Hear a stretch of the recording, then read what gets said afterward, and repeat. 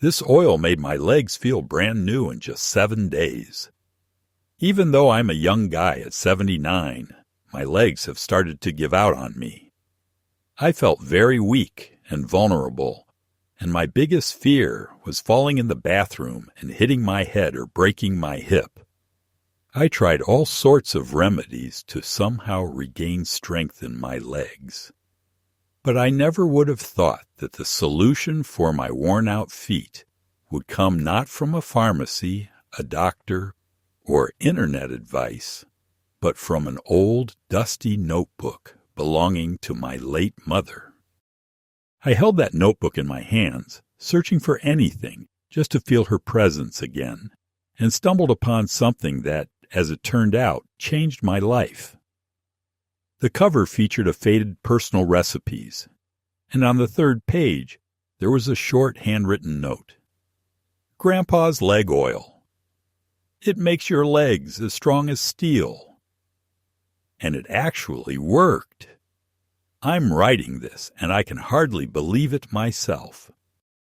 This oil turned out to be that magical remedy everyone dreams of. And I'm definitely going to tell you all about it right now. But before I start my story, could you tell me how old you are and what city you're from? Now let me begin my story. As I've gotten older, I have this feeling that my legs are not a part of my body, but rather two heavy bags that I drag along behind me. At first I just felt tired in the evenings. Well, I thought, I'm over 70, not a young man anymore. Then a dull ache started to settle in my feet, especially after a long walk or standing at the stove. She felt heavy, dull, as if her legs were ringing from the inside. I endured it. Old folks endure, that's for sure, but the pain just wouldn't go away. She settled into my calves, my heels, and the joints of my toes. Sometimes I would wake up in the middle of the night from a cramp in my leg, sharp as a scream. I would massage it, breathe deeply, and wait for the pain to subside. But in the morning, it would be like starting all over again. And the worst part was that it wasn't just physical. It was a fatigue that seeped into my soul. I started to dread getting out of bed. Not because I couldn't, but because I knew that as soon as I did, that weight would come crashing back down on me. By evening, my legs were swollen as if I had walked 10 miles, when in reality I had only managed to make it to the mailbox and back.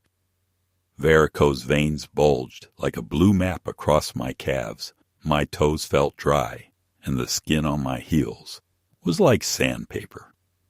I slathered on over-the-counter creams, applied cold towels, and propped my legs up on a pillow, but nothing provided real relief. All these remedies felt like a temporary cushion for my back, a little softer, but the pain was still very much there inside. And there was fear. Not obvious, but constant. I knew that my legs were my last means of independence. As long as I can walk, I can live on my own. As soon as I stop, it all starts. The chair, the help, the outside hands. And I cling to every chance to improve their condition, even just a little. But day by day, ointment after ointment, I realized this wasn't a solution. It was just a postponement. As it turned out, the solution had been waiting for me all this time in a line written in my mom's handwriting many years ago. When the pain in my legs became a part of my daily life, I, like everyone else, took the standard route, first to the pharmacy. The consultant recommended a cream for tired legs. The box had a happy face and green leaves on it. I used it for almost a week. It did feel refreshing, though. But after half an hour, everything returned. A dull throbbing, a feeling of heaviness as if bricks were on my feet. I bought another one for the joints. It smelled strong, like I had smeared myself with horse balm. It helped a little better, but didn't last long. Again, the effect was temporary, and in the morning it was the same cycle. Then came the medication. One doctor said it was a vein issue, another said it was related to nerves, and a third one insisted it was all in my head and that I should just pay less attention to it.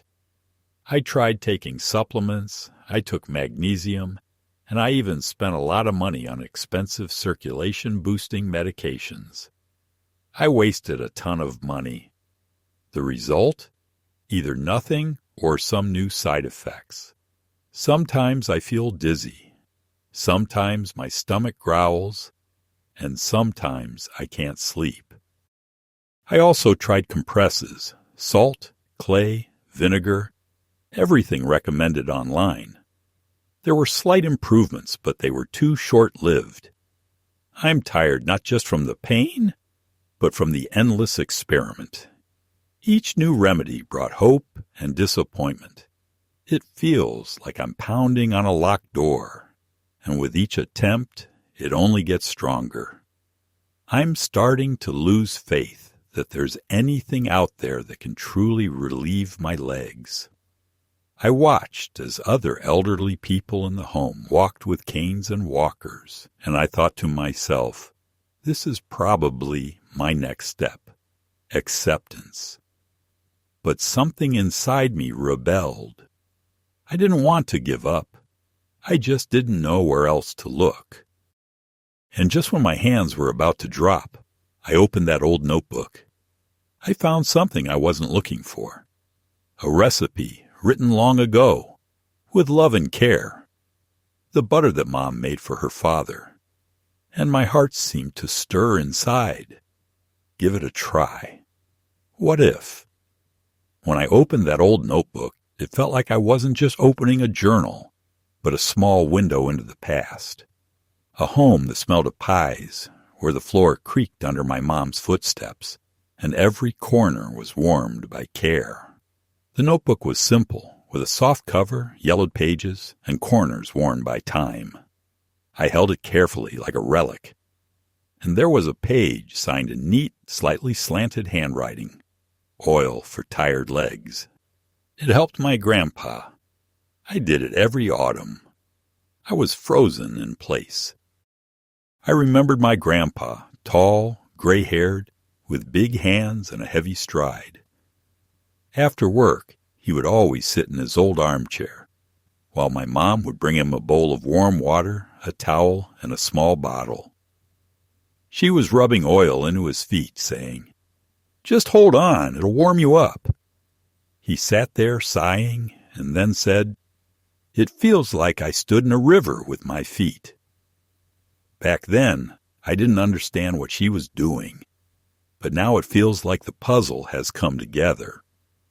Scents from my memory have resurfaced, as if it were yesterday.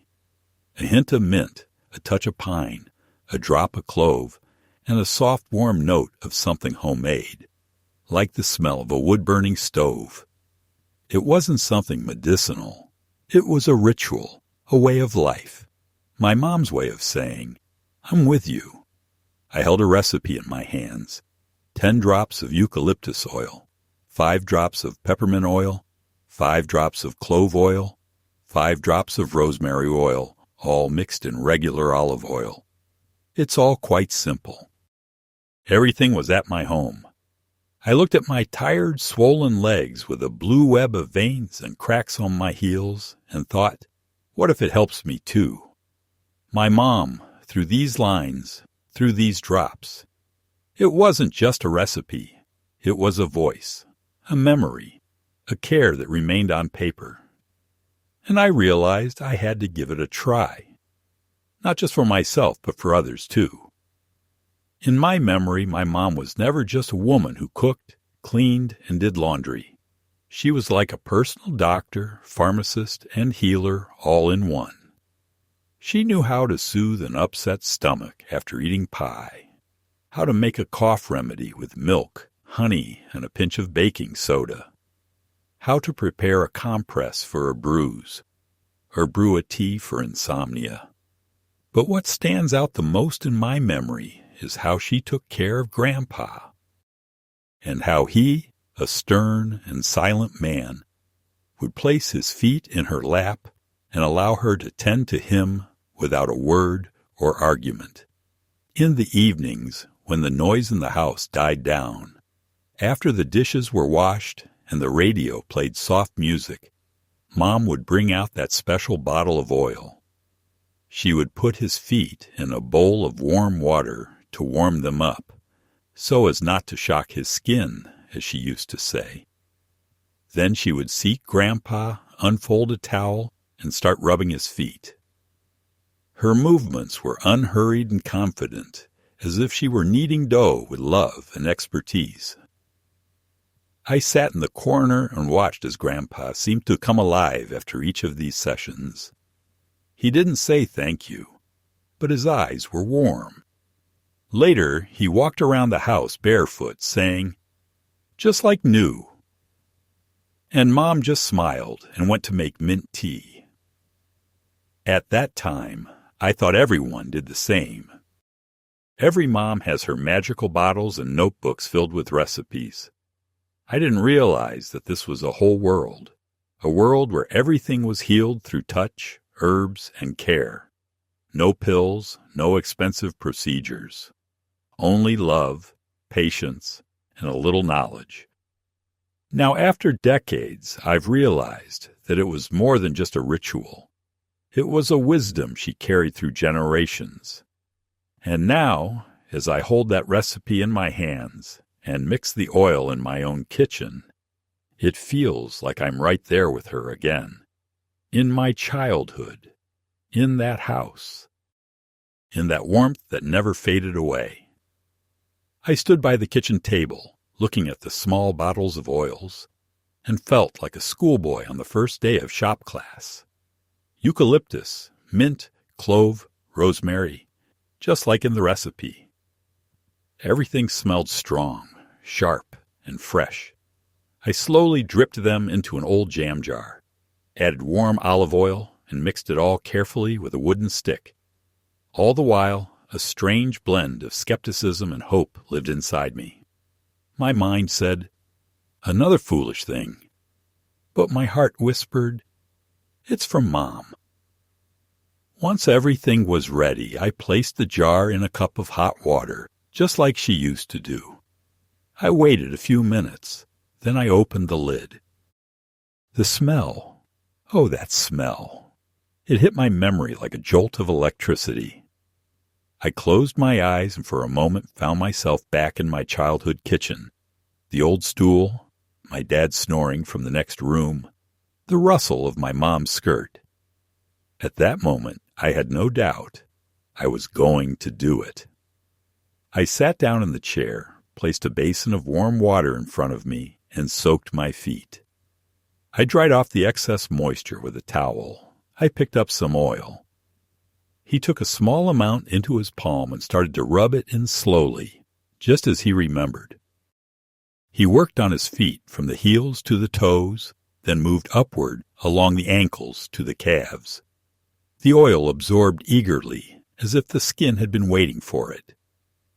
At first, it was just warmth, then a slight coolness of mint, and then it felt like someone began to squeeze the fatigue out of the muscles.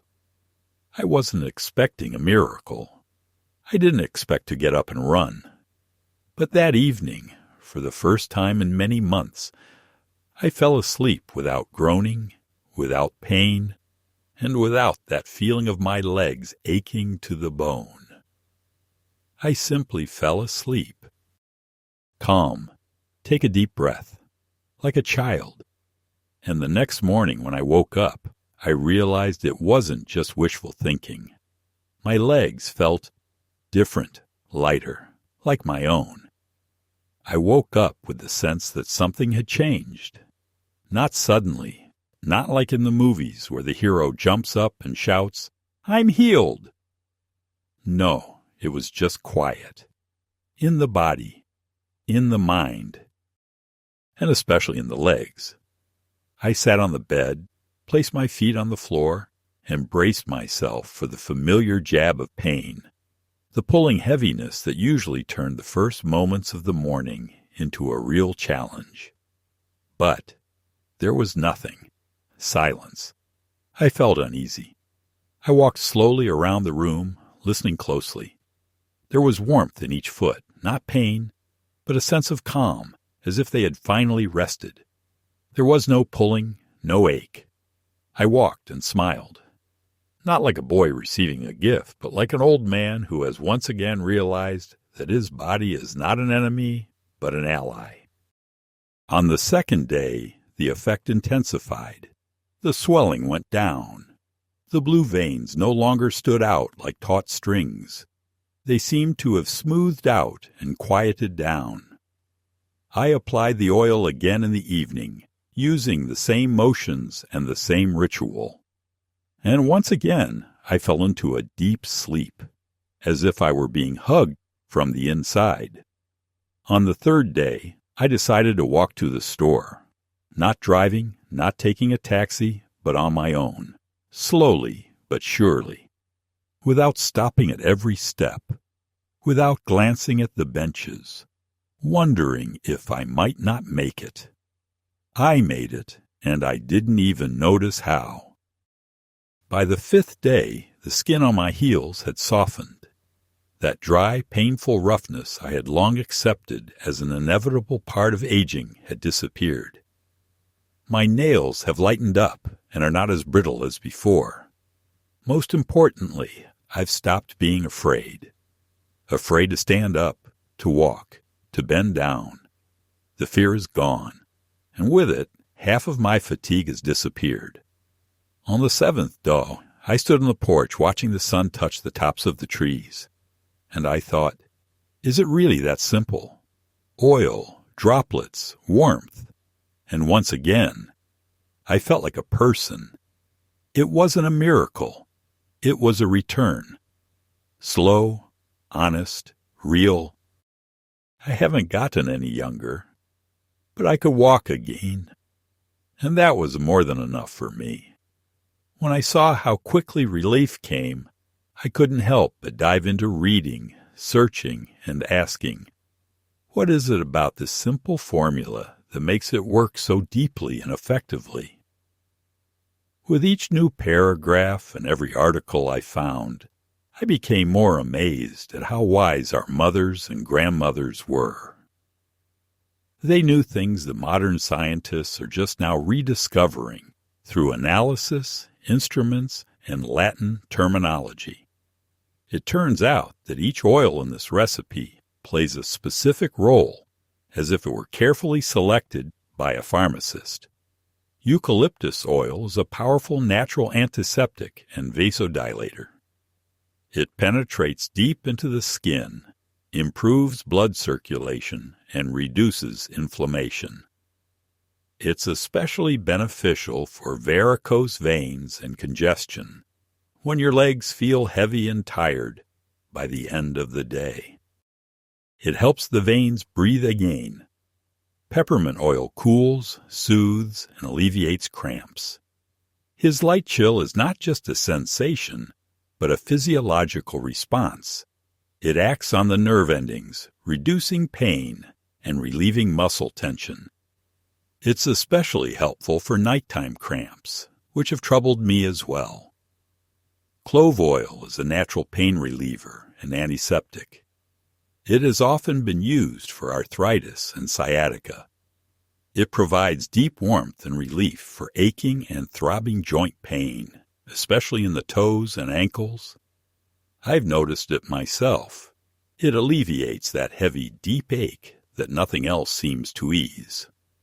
Rosemary oil improves microcirculation and reduces swelling. It's often used for issues with sensitivity, numbness, and tingling.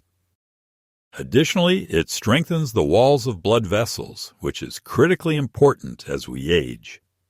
And all of this is found in cold-pressed olive oil, which not only delivers the aforementioned benefits deep into the tissues, but also nourishes the skin, softens it, heals cracks, alleviates dryness, and restores elasticity. The combination of these oils is not just about relaxation. It works on circulation, the nervous system, inflammation, and tissue health. This is a recovery process absorbed through the skin. And all of this is without chemicals, without side effects, and without huge expenses. I've realized one thing. Our skin is not a barrier, but a door. And if you knock on it the right way, it will open the way to health. I approach the recipe with the same reverence one would give a family heirloom. I'm sharing it exactly as it was written in my mother's handwriting, and how I now make it every week. What you'll need: 50 ml of extra virgin olive oil, about 3 tablespoons, 10 drops of eucalyptus essential oil, 5 drops of peppermint essential oil, 5 drops of clove essential oil, and 5 drops of rosemary essential oil. All oils can be found at any pharmacy or natural cosmetic store. I buy small bottles and they last a long time. How to prepare: in a clean glass jar, I used a regular one from baby food, pour in olive oil. Gradually add essential oils, mixing thoroughly after each addition. Seal tightly with the lid.